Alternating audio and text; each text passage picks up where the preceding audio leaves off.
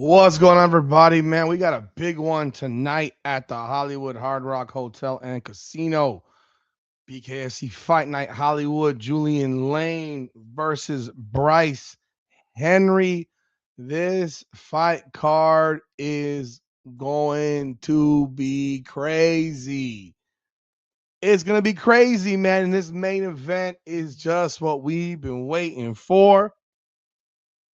Julian Lane steps back into the ring. And this is his first fight since dropping the championship to Dustin Paige back in January at the Mohegan Sun in a very, very close fight. One that I thought he actually won personally, but he lost the fight via decision in round 6. He is back in the ring and he is taking on Baba Yaga, man. He is taking on Bryce Henry. He is the Grim Reaper coming for you. He is the fight that nobody wants. They don't want it for so many reasons. 6'3", 165 pounds, an 80-inch reach, 25 years old, young, strong, athletic, reach, sniper-like precision. But Julian Lane doesn't care, man. He wants to have this fight while everyone else is running away from it. Now, is it the right decision? We'll find out tomorrow. I'm recording it just before midnight, but by the time you see this, it'll be fight night. We'll find out tonight if he has what it takes to stop the train that is Bryce Henry. Undefeated 6-0. Hasn't fought since October of 2025. Second round KO up in Hammond, Indiana. I mean, that's what he's basically done. A lot of work and quick work. Ever since his first fight, which was a fourth round KO, he's gotten a third round KO, first round KO, second round KO, second round KO, second round KO. He is a tough one to crack. Does Julian Lane have the answers to the test? We'll find out. Welcome back, everyone, to another edition of Combat Corner, powered by Come On Now, the podcast. I'm your host, Rudy Rodriguez. Show mod. Hit that like button, subscribe to the channel, ring the bell, leave your comments, man. We will be in the building for this event, as we always are, for BKFC fights here in South Florida. Be sure to follow us on our social media, Instagram, Combat Corner Fight Network, where we drop all these dope graphics for the fighters. We just ask that you share them. Let people know as BKFC grows. This fight card's crazy, man. Julian Lane, Bryce Henry is the main event of the evening welterweight fight. Julian Lane is a plus 300 underdog. The former champion, one fight removed from winning the championship, is a plus 300 underdog. Bryce Henry is a minus 500. That is a crazy line. But it's a line that makes sense. Absolutely makes sense.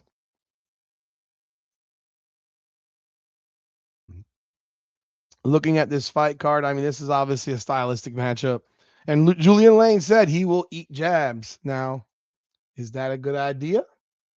I don't know if that's such a good idea to eat Bryce Henry jabs, because those jabs will fuck you up. And those jabs will put you to sleep. It's going to be a banger, man.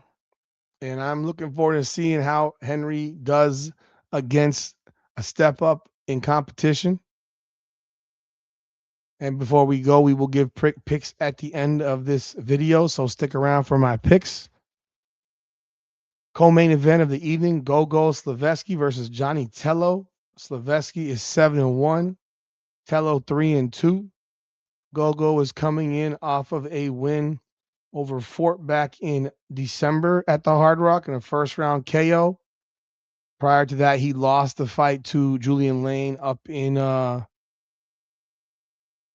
South Dakota, Sturgis, South Dakota, for the title. Johnny Tello's coming in off of I believe it was the crazy win over Sabah Hamasi, if I'm not mistaken. Yep, that Sabah Hamasi fight between he and Hamasi was a crazy one, and Hamasi was beating his ass for 2 rounds, and then Tello just turned that thing around and won the next 3 rounds. I mean, just an epic show. This one could be special. This one could very well be special.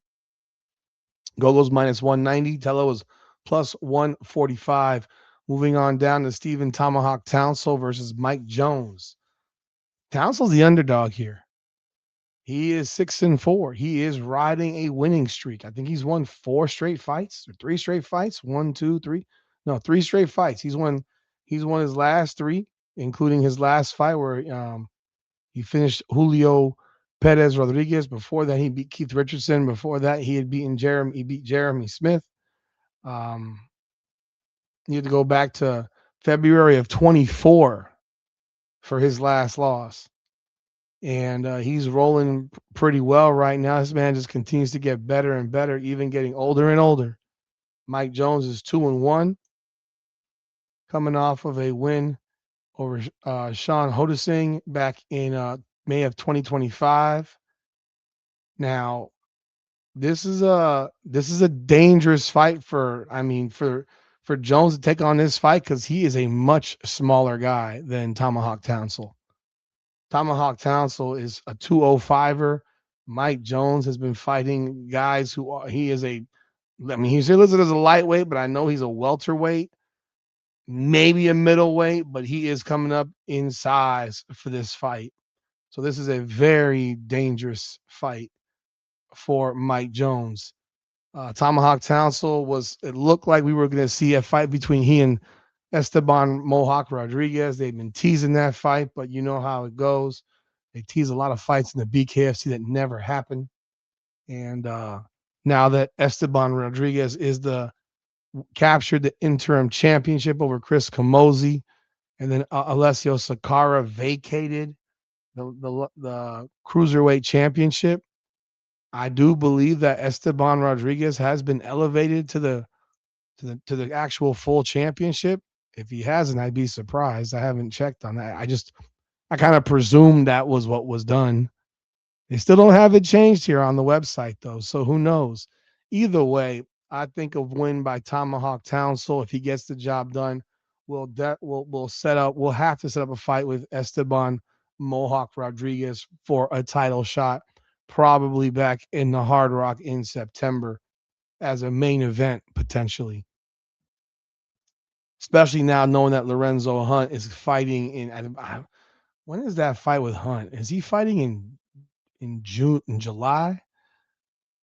The fight that he has set up with Pugliese, that's in July 18th. Now that knowing that Hunt's fighting at BKFC 91 in Naples against Pugliese, I think that we'll be seeing a 205 title fight between Esteban Rodriguez soon, probably in September.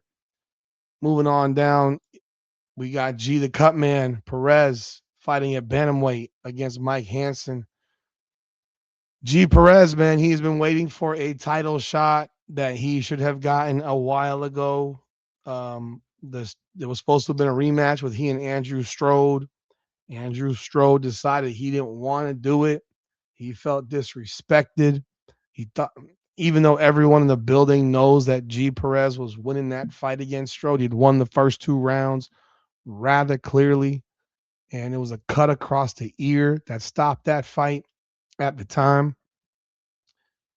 And ever since, that Strode just never stepped up for that rematch. He wanted to fight against John Dodson. He didn't like what was happening, so he decided to take his ball and go home and vacate the belt. And Dodson remains the champion, but Dodson hasn't been seen from in years now. And it's really odd that we haven't gotten a G Perez John Dodson title fight yet. So I don't know what's happening here. I know G Perez is up for fighting at 125 or 135. At 35, he could fight Jamel Herring for the strap with a win. I think it makes sense with a victory over Mike Hansen. If he wins this fight, he has a title shot, in my opinion. He should have a title shot versus Jamel Herring. Probably later this year, maybe December. However, we'll see what happens. Moving on to Gustavo Ballart and Alexander Gutierrez, two young and up and coming fighters. This one, was this the face off where the one guy looks so tiny? Is he really 4'9"? Holy shit. I think this was the face off where the guy looks so damn small. Oh, 4'9"? Is this real? He is 4'9", a gladiator. He's 39 years old. Wow. That's wild. Damn. You can expect that he's gonna be a quick motherfucker right there, bro, at 4'9". That fight is taking place at flyweight, and you got Peter Peraza D2G against Ashton Caniglia. There has been so much going back and forth between Peter Peraza and Brian El Gallo Duran. This has been going on now for like a year. I tried to build this thing up.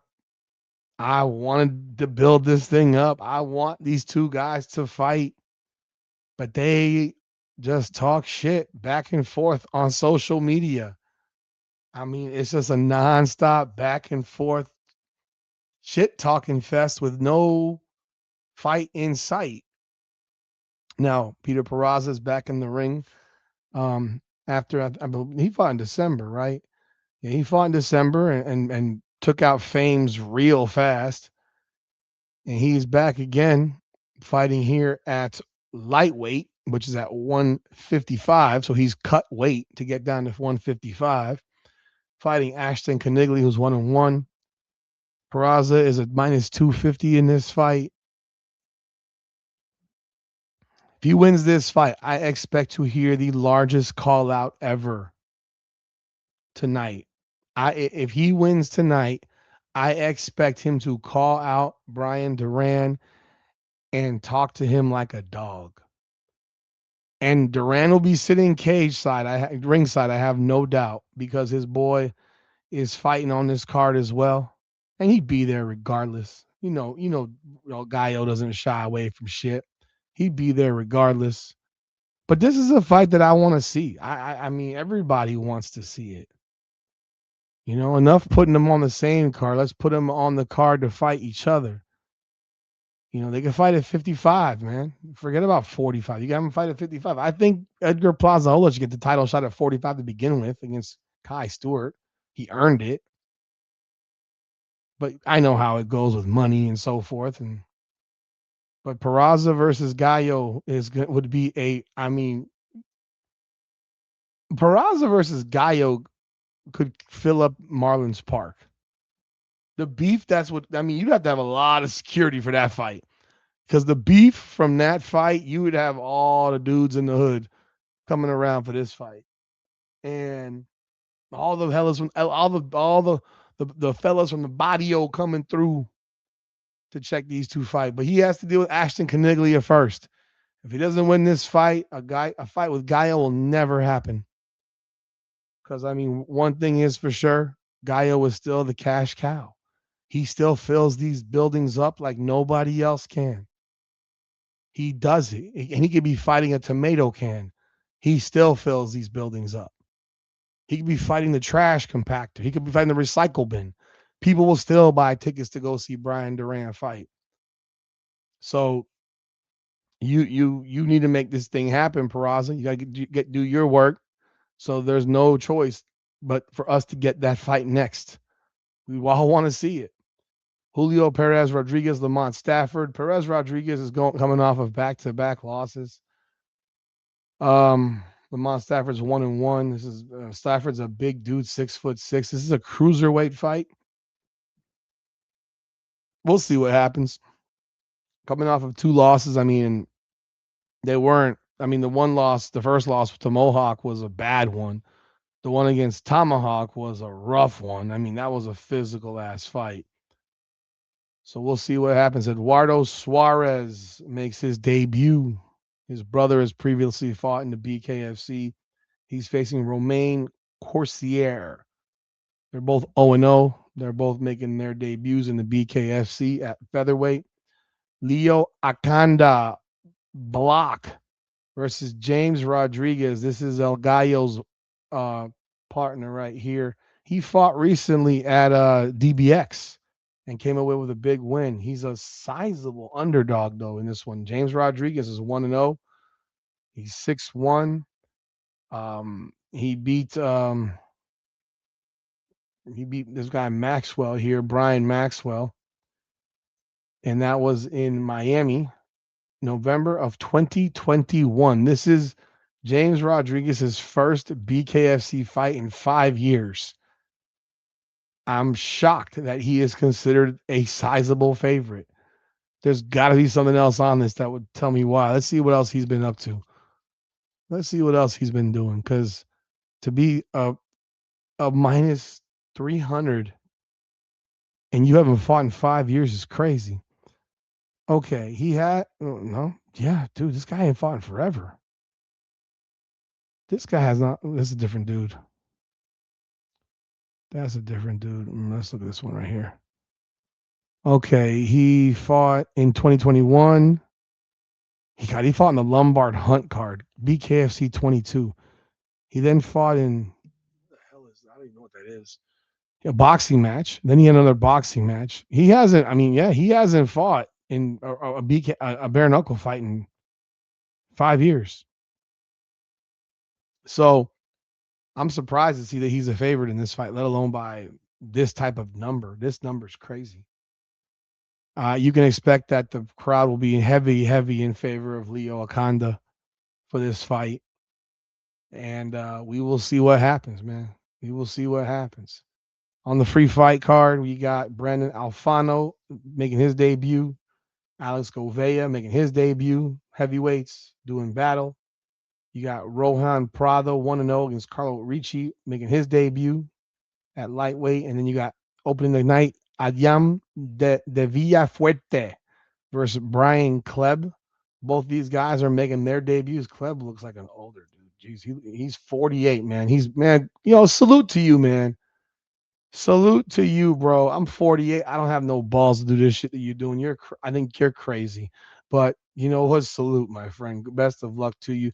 Both these guys. I mean, the Villafuerte is 44. So up and coming, young up and coming fighters on the early fights, man. But it's gonna be one hell of a fight card, man. Let's jump on board. Let's start off with our predictions. I have no idea for these prelims, man. Honestly, let me go with the younger one, the Villafuerte. Let me go with Ricci. I'm gonna go with the Italians. I presume he's Italian. I'm Italian. He's Venezuelan with the last name Ricci. He gotta have some level of Italian in him, man. I'm gonna go with him. He gotta have some Italian in him. Alfano Gouveia. What's the age? Alfano's 27. Gouveia's 30. Give me 6'7". Holy shit. He's 6'7" versus 5'9". If this was a wrestling match, I'd go with Alfano, but that's a ridiculous size difference. I'm going to go with Gouveia. I'm going to presume he can reach this guy, and I'm going to presume that. We'll see what happens. Going into the main card, give me Leo Akanda. Give me Eduardo Suarez. Give me Lamont Stafford. Give me Peter Peraza. Give me the 4'9" guy, Gustavo Ballart. I got G Perez. I got Tomahawk Townsend. I got Gogo Slavetsky. And in the main event, give me Bryce Henry, man, via stoppage. Julian Lane's never been stopped in the BKFC. He's never been stopped. Never. You can look at all this stuff right here. Wait, has he been? Wait. Via KO. I think this fight with Allers, I think was. Wait, I thought he'd never been stopped. Shoot. I stand corrected. He's been stopped. He ain't been stopped in a long time. It's been 7 years. So, give me Bryce Henry via third round stoppage. I think he finishes this fight. I think Bryce Henry is going to be the big swinging dick in the welterweight division. I think everyone's running away from this guy. I give Julian Lane a lot of credit because this is a very, very dangerous fight. He could have taken on an easier opponent, a good opponent, but an easier one, and looked for a title shot off of a win, and he'd be in his right to call for one. But I will tell you this: Bryce Henry is that motherfucker, in my opinion. He's a dangerous, dangerous fight, and that's why nobody wants to fight him. That's what it comes down to. Nobody wants to fight this dude because he's just a freak. You're 6'3", 165. You have precision. You're athletic. You're slick. I mean, that precision is crazy, man. And explosion. He's dangerous, dangerous, dangerous, dangerous. And they can't run much more. He takes out Julian Lane. I tell you, I tell you. What you got the fight with the Connor Tierney fight that you just had with Rico Franco, and Franco absolutely obliterated Connor Tierney to get that interim strap. You still got Dustin Peg as the champion. Those two have obviously got to fight. I don't know when they're going to do it, but they've got to fight. And I think Bryce Henry with a win should get the winner. I don't give a shit. He should get the winner. So y'all let me know y'all thoughts in the comments. Hit the like button and subscribe to the channel. Ring the bell. It's going to be fireworks, man. And if you're not there in the building, you can watch the fights on the bare-knuckle app, I believe. Let me see how to watch it. Yeah, the bare-knuckle app, man. You can check it out on the bare-knuckle app. So it's only like $50 a year. So you can get everything there on the bare-knuckle app, man. So don't miss it. This is gonna be fireworks tonight at the Hard Rock.